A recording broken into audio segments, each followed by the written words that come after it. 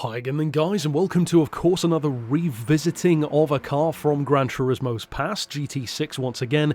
For those who don't know, basically these episodes are looking back at cars that I've already talked about, but crucially which I believe have a chance of coming back in the future of Gran Turismo, for instance in GT7. And of course, as you saw from the title and the thumb, this episode is for the Viper ACR. But we're also doing something a little bit different for this episode because I've invited a guest speaker in to talk about the car because he loves it so much, and that is Ness.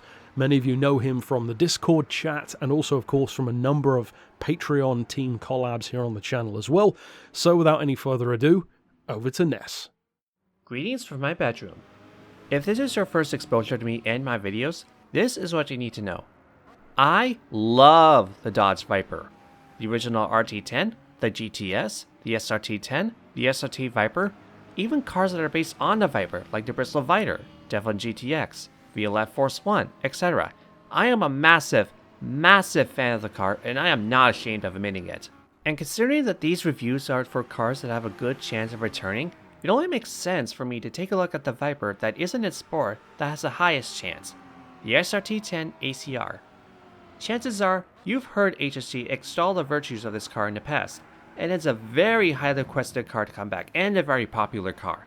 And it's not hard to see why. In pretty much every game the ACR is in, it is always one of the best cars in terms of value for money.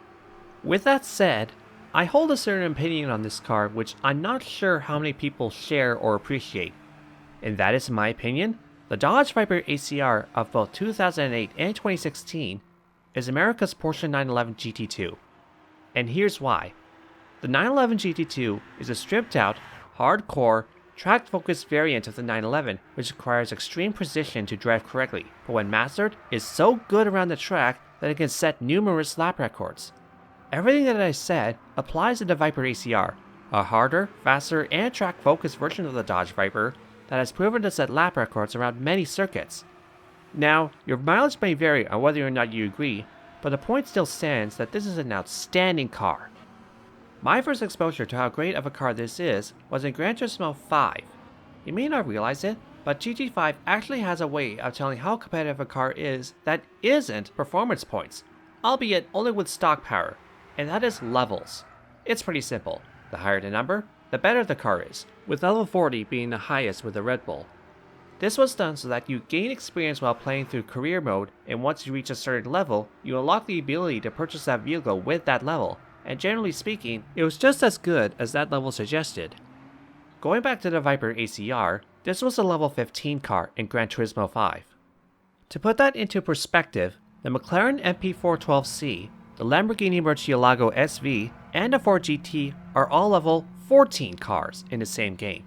That is insane and ridiculous if you constantly overlook the Viper, but given its track record as a GT class race car with the Viper GTSR in both Team Orica and Zaxby variants, it shouldn't be a surprise that the ACR is a very fast, very capable car.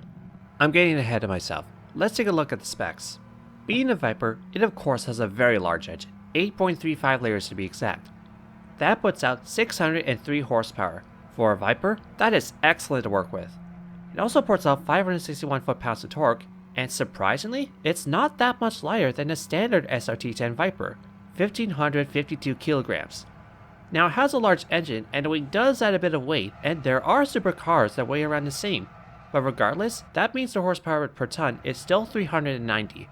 Those are still very good specs, but even so, the PP is slightly higher than you might expect, 580.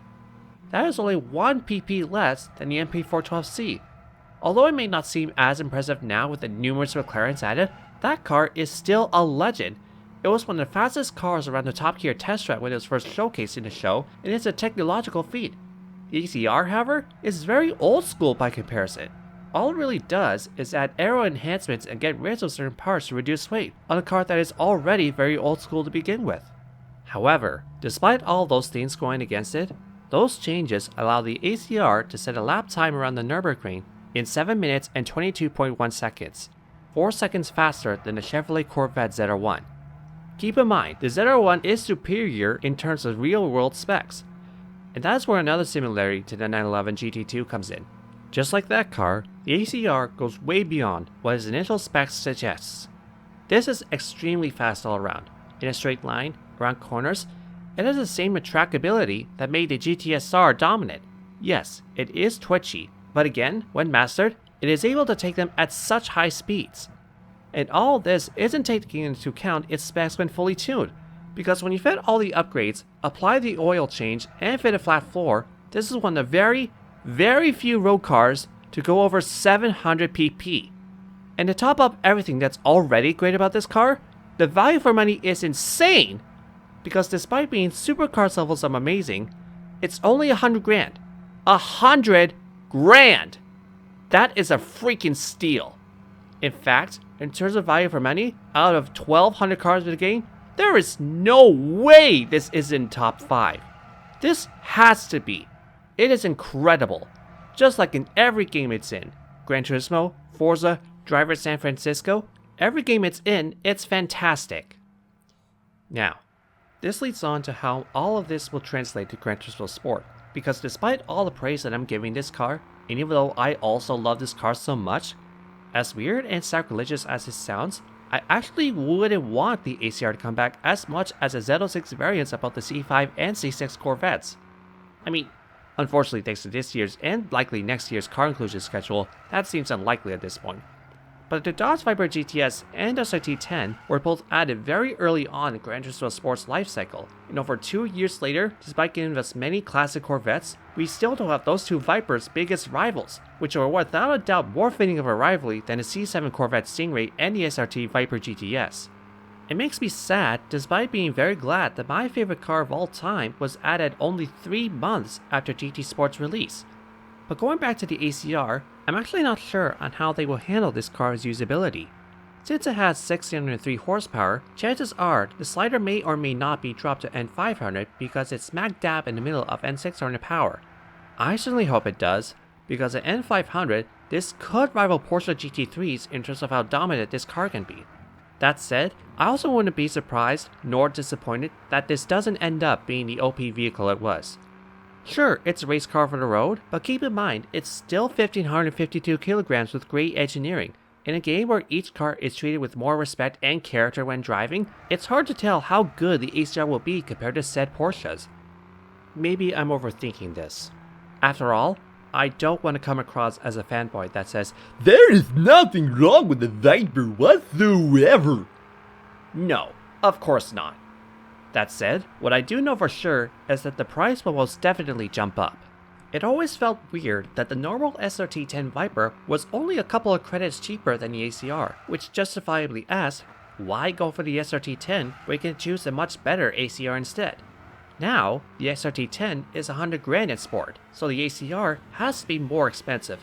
At most, I see 180,000, and at the very least 120,000. But no matter what happens to the ACR, whether it's just as good or if it's nerfed a bit, I will still have my most utmost respect and love for what it achieved both in games and real life. It bears repeating, it's an incredible machine. But with that said, this is Ness Pajamas saying, fluffy pillows.